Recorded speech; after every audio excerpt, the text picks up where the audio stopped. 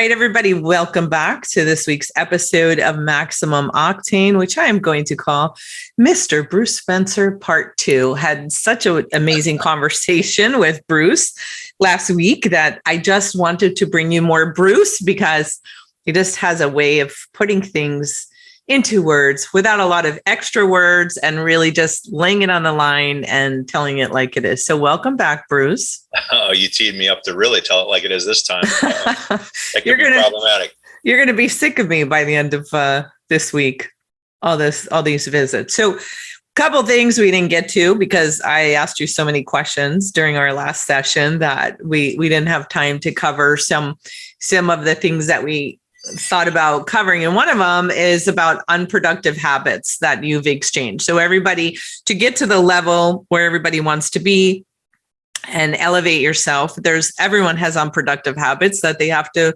learn to exchange for productive ones. And they're game changers most of the time. And so what are some of the unproductive habits that you have that you're learning or learn to exchange for productive ones?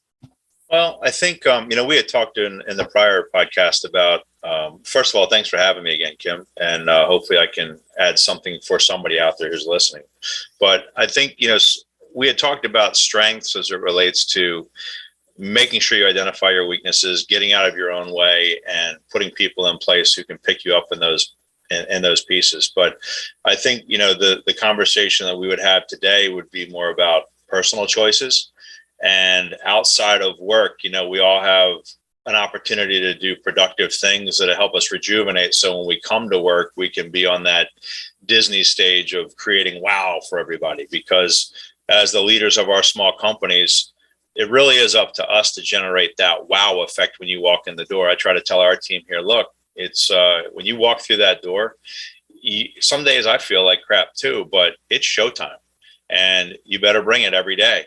And so I have to bring it every day if I want them to bring it every day. So, we laughed before and prepping for the call a little bit about how during COVID times, on social media, if I see one more bit about, people drinking wine and I've drunk enough wine that, blah, blah, blah, and eating all this food. And those are kind of what I consider unproductive things in your downtime.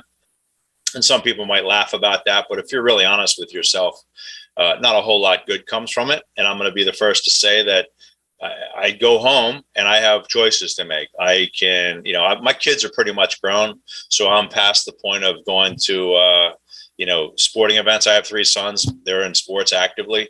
I'm not chasing their sporting events anymore. I'm not, doing any homework with them or any of the things that really, if you've got a younger family, absolutely require your time. So I have the luxury of making a choice, in a positive way or sit around and drink wine and eat dinner. And so for me, my positive way to re-energize, I'm an extroverted person, is to get exercise. So I go home and some days it's like, you know what, I think I'm going to sit down, grab something to eat. And, oh, by the way, a couple glasses of wine would go really well with that. And when I do that, that's fine. It's not the end of the world. Not like I'm sitting home drinking bottles of wine each night or booze or whatever your preferred drink is. But I generally don't sleep as well. I generally get up without the same level of energy. Whereas if I take that different decision and I go get some exercise, every time I do it, I feel like, wow, actually, this isn't actually that miserable to be doing it because I love sports and I love athletics. And then when I get done, I feel like a whole new person. And then I sleep better, and then I've got energy the next day. So I'm not here to be, some big exercise guru, but there are just so many things. And your positive path might be something different that allows you to recharge. If you're an introverted person, maybe you read a book, maybe that's how you recharge.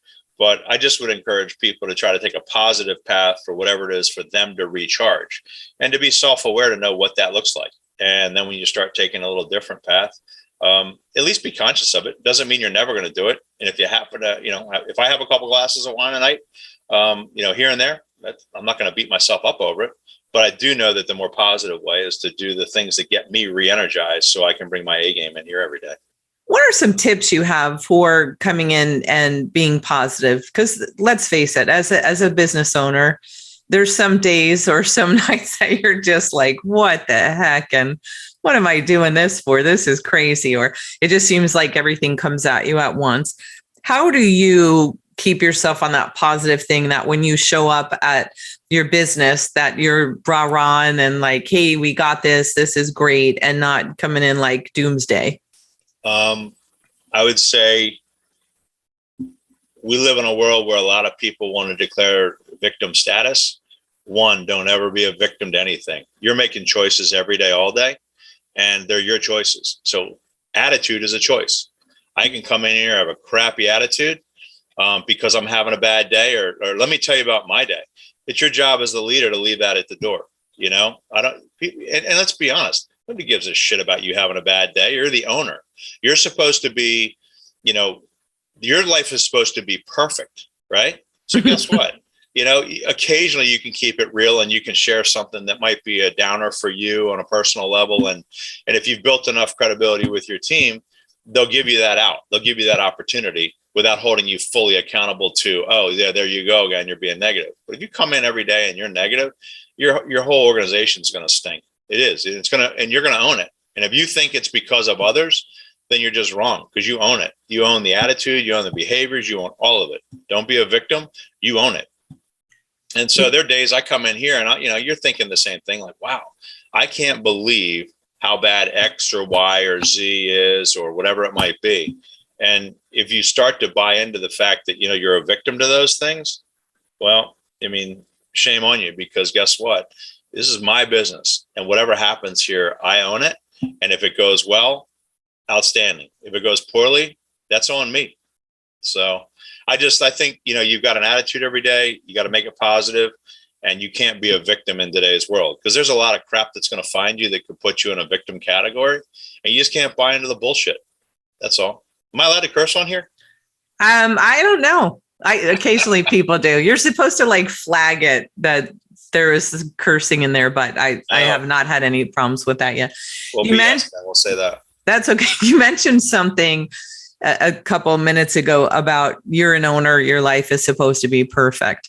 I'm glad you brought that up, because what I see sometimes when we're interviewing internal customers at different businesses that we work with, they're like, oh, the owner was mad about whatever, poor thing, their motorhome stopped working, or their, their plane was late to go to their trip in the Cayman Islands, or whatever it is. And I think that really just causes like a snowball effect of, holy cow, they resent you even more. So not only do you have negativity and who the heck wants to come into work for a sinking ship every day when somebody's doom and gloom all the time, but it makes them resent your position, I think, even more. And that's definitely not the behavior of a leader. Do you see that? And you were in the corporate world before being an entrepreneur. Did you notice that in the corporate world as well? Not so much, because I think in the corporate world, let's be upfront, people are scratching and clawing at some level, trying to get up that ladder. And when they get there, I think that's why you see certain things like with CEOs, where they feel there's a sense of entitlement at some level, because guess what? All the crap, unquote, that quote unquote, that I went through to get here, now it's my turn to enjoy these benefits. So I think in the corporate world, I'm sure there's plenty of levels of jealousy, trust me. And there's a lot of scratching and clawing and BS that goes on. And I don't miss it for 1 second.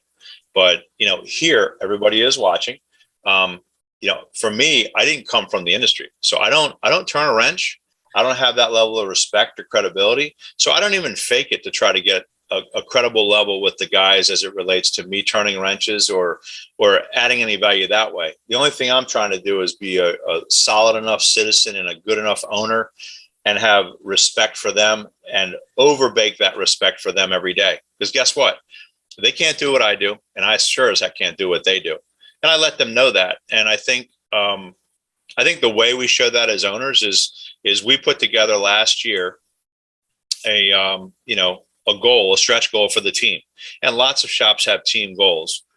We hit it the first 2 months, and then we didn't hit it for the balance of the year. And, it gets deflating when you don't make that number, you don't hit that goal. And then it becomes a little bit of the internal finger pointing that you've got to manage, within the team, because other people think that one's carrying more weight than the other, and we should have hit it if you had just. So you have to manage that. But hiring a COO now, having team goals, we've hit it the first 2 months he got here. And the most fun, and I tell these guys this, and how I get their respect is obviously through their pocketbook at times. That's a short-term solution because we don't come and go because of pay. We come and go because we hate our boss in many cases.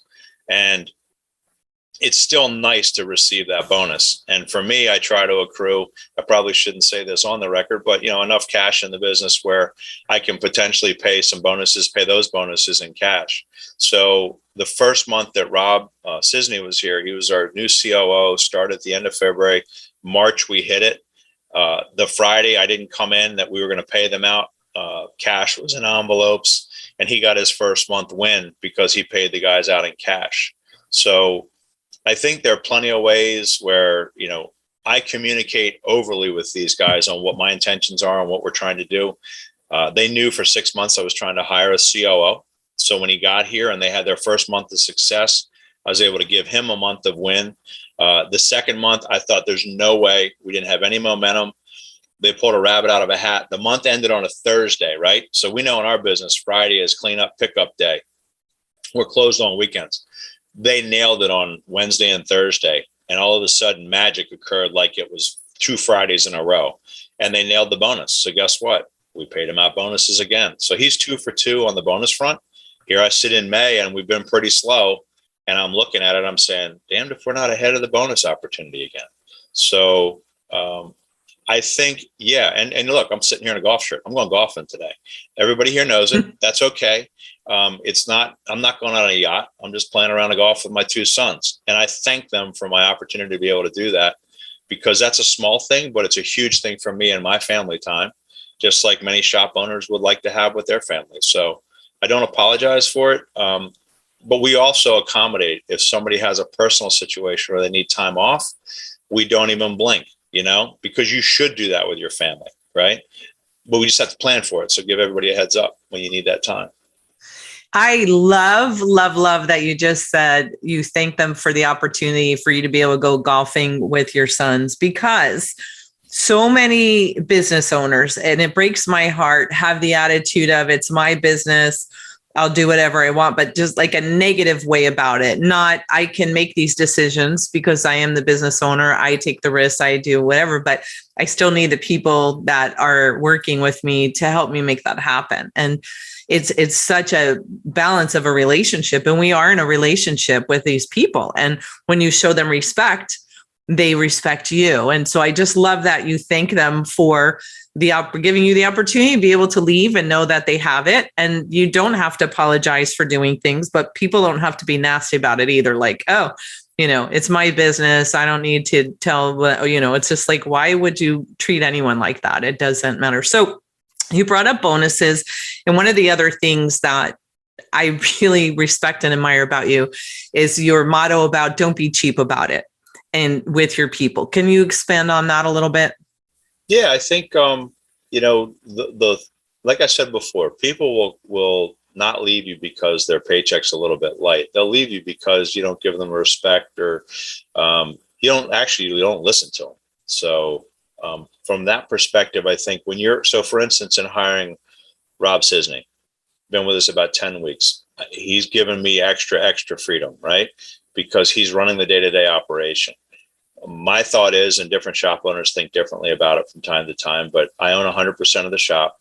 I'm not comfortable in giving up equity in the shop, but I am perfectly happy to put a pay scale together for him that allows him to enjoy a piece of the gross profit and a piece of the net profit. And so his bonuses are based on that. And, from my perspective, I'm buying my freedom. So why would I be cheap about that? Because time is something I can't get back. I'm not going to nickel and dime him. I'm going to show him the P&L. We've created the P&L so it goes like this: gross profit, net profit, and then below the line, which is my net profit. So we have a whole category, because if we do really well and I want to take extra money out of the business as the owner, I don't want that, and it shouldn't impact his income. So I have 2 net profits: the net profit he gets paid on, and then the net profit after I take my extra if I choose to do so, because we're doing well. So that shouldn't impact his income. I still do the things that I've always done. And that's how his compensation was built, which is, I'm going to run the gas card through here. I'm going to run certain things through here that we do as small business owners. But I built that whole model in his comp plan based on that.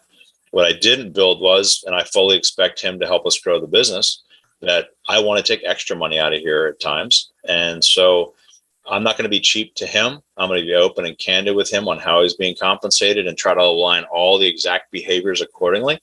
And that would trickle down even with the technicians. They know exactly on a daily basis what the bonus goal is. And whether they're ahead or behind, we share with the technicians on a weekly basis. And so people want to know how they're doing against the goal, and then how they're doing with you as an organization and on a personal level. So, don't be cheap. I guess that's the idea. Listen, if you do this well in our business, I think there's plenty to go around without having to say, catch me if you can.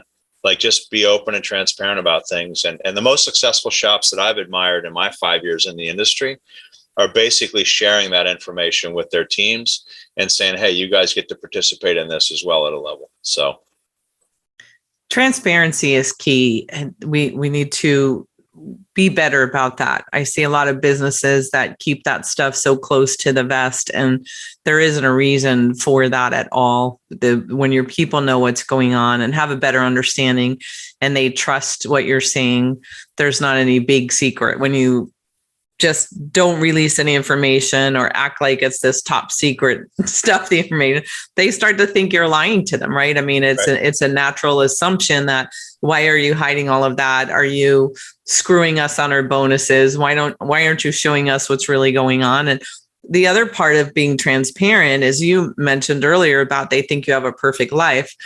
In any business, the employees always think that there's a lot more money being made than truly usually what there is. They don't know. If they don't know, because you've never showed them how much your insurance is, how much your credit card fees are, how much workers' comp is, how much shop supplies and toilet paper and all of those things, and those variable and fixed expenses. They look at X amount of money is coming in the door. You're paying me this. There's 5 of us. So all the rest of this is profit, right? Right. It actually really helps the owner's case to share the information, because time after time I've seen when they did become transparent and share, the employees were like, holy cow, I didn't have any idea it cost X to run this. I didn't know that this costs that much. And it gives them a better understanding. And I feel that it makes them more responsible and careful about the resources they're using. When they find out, let's just say toilet paper costs, whatever number it is a week, they tend to use a little less, or shop supply rags, or anything else with the resources, the water, the cookies in the waiting room, or any of that. They become more responsible and less wasteful, because then they understand that there's a value attached to that. Have you seen that in your experience? I have, and I think you're right in that people begin to think that, well, there's just so much money floating around here. I know what your labor rate is, and I know what you pay me, so you should have an absolute fortune here. And so, what they don't realize is that we all have a break-even point for the salaries that we take out of here. And so we went below that in 2019. So my drop the mic in the room on these guys occasionally is, listen, if things are going well now and we're making good money now, let me tell you about 2019, when I made some changes in management here that really set us back so that we could spring forward and make us all a better culture and a better environment. I'm going to tell you right now, and I do tell them, I said, look, in 2019, I worked for free. So I don't know of any employee who goes to a corporation, albeit a small one, and is willing to work for free for a year. Well, as an owner, that year I worked for free. So I assumed more risk because we could have gone out of business, right? But we didn't. And I had to put additional money in. I took my salary, but I put money in. So guess what? I worked for free. And so if we get the benefits of that now, I'm not going to apologize for it, because there's risk and there's return. And you as an employee come here expecting to get a paycheck every Friday, and you do based on what you produce. So you don't necessarily have the same level of risk that I do. Your risk is you can go find another opportunity at another company. My risk is I'm completely upside down and out of business. and my house is on the line for the loan. My retirement's on the hook, even though legally that's probably not in play. But bottom line is I'm all in at this place. And so I should be able to get the benefit of the rewards at times. Love it. And I love that you are just so candid with them and share the information. Well, I so much appreciate you doing part 2 with me on this, because there were a couple things that I just wanted to make sure that everybody heard. And you heard it today from Bruce. Don't be cheap. Time is the only non-renewable asset that we have. And paying for your freedom, and the freedom tax, I always call it, when I take a couple % off the net to help my people that are running the business, do things. It's the freedom tax, as in my head, I call it. Pay the freedom tax, dang it. Don't be cheap. Don't be cheap. Amen. Amen. Thank you so much again, Bruce. Really appreciate you taking some time out. Hopefully you have a great golfing game. I don't even know what's a good golf game. My experience with golfing and all of my knowledge comes from Happy Gilmore. So there you go. Well, I'll take a round like Happy Gilmore. How's that? All right. Fantastic. You have a wonderful day. Everybody stay safe, make good choices, stay inspired, and we will be back next week.